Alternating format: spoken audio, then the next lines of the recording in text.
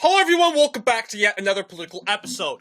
So we are starting off our big long series of reviewing the presidential election results. Again, you can expect around 4 videos a day, at least 4. I do not intend to do 5, and I have no intentions. But so this series, I have no actually agenda of when this series is going to exactly end. We're just going to play it out because every day is unexpected. New videos could come out many different times. But we got to talk about Alabama. And Alabama is a red state, so why talk about it? Well, there are trends in Alabama, and there certainly are trends. And as you know, the trend was, as you can tell, Alabama shifted 2 points more to the right this year compared to 2020. Thus said, you'll see one county specifically went in favor for Donald Trump, and that is this county right here. Gotta look up the name. It starts with an M. But yes, this county, we had Go Republican, Marengo County, and it is a swing county. It really is a toss-up. You'll see, for most of its history, it's voted for Democrats. As you can see here, like the rest of the Black Belt, Marengo County leans Democratic. However, it often produces narrow margins for winning candidates.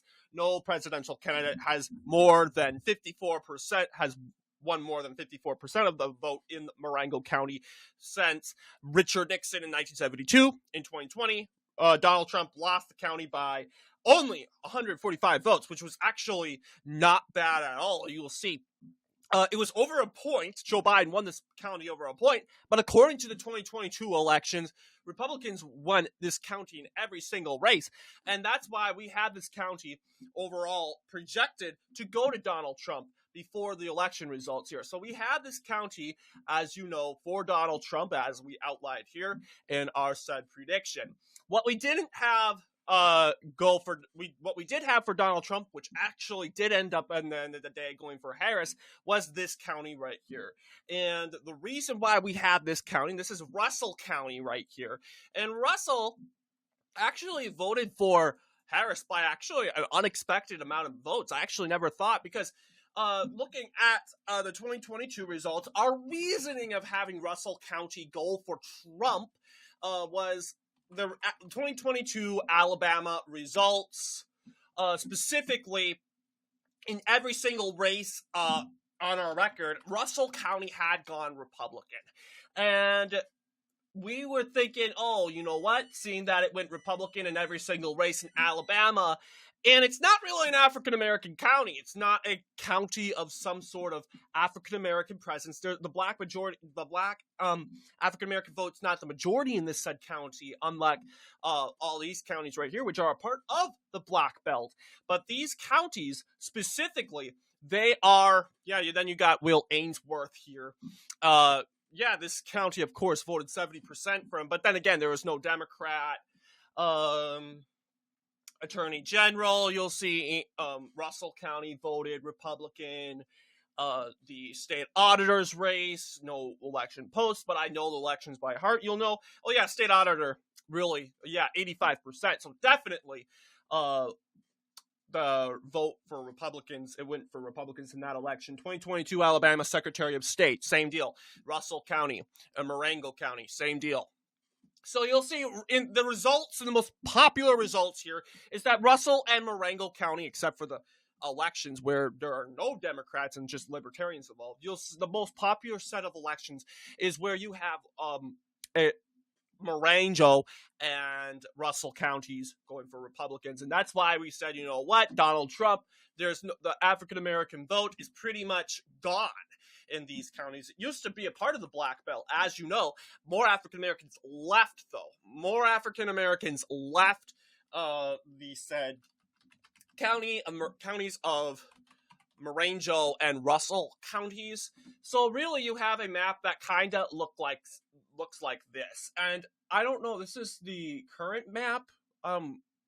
But yeah, this is what it looks like right now. The African-American vote, as you can see, actually Marengo is actually part of African-American, which is actually pretty surprising. I want to know, when was this created? This is 2017, so I would think this had to be updated. So Alabama racial an ethnic map. We'll see if there's some other.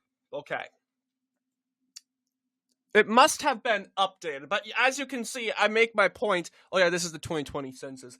But I guess there is some sort of African-American vote in Russell and Marangeau counties. I was wrong, but you know what? What we were wrong about was this is the actual result. We weren't necessarily right about Alabama. If we had, let's just say, Russell County go for Harris, we would have been we were accurate, okay, but we were not correct with the result, at least for the county results. But yes, we projected that Russell would go for Trump. It didn't go for Trump. It went for Harris. Unfortunately, and that kind of surprised me a bit because Russell had voted for Republicans all the way through in every single race in 2022. And then again, that makes sense. Now thinking about it, a lot of voters didn't vote in midterms. A lot of in the presidential election, it's guaranteed that you get more and more voters out and voting. Turnout's supposed to be high in presidential year. So then again, it makes sense. I'm guessing Russell County didn't really struggle with people coming out and voting in the midterms. But overall, Russell County is a Democrat stronghold. Well, it can't be Democrat stronghold, but it's narrowing down. Actually, it voted more for Harris than for. Oh yeah, here. Actually, hang on. I'm looking at this very wrongly. But yeah, we can pull up the actual margin now because I was looking at 2020 and associating that with 2024. So let me actually get up the presidential map. Yes, the results in Alabama. Okay, taking a look at this county right here. Yeah, Harris only won the county by 1 point, and the election's done. It's over. I mean, 95% in. That's not enough to flip back the county. So we're projecting that, yeah, it's going to look like this. The rest of the 5% will probably come from Montgomery County or Birmingham, more of these populated counties. But the county alignment has already been established. And then again, it would be really close. Yeah, it was a close election. Russell County, Marangeau County was in for Trump, 52 to 5.4-point lead. It's I would say for the most part, it's a Republican county, unlike Russell County, which bailed out in the last minute. It stayed in for the Republicans for most elections, but when the presidential race, they didn't want to break their long streak and record of voting Democratic since 1976. And I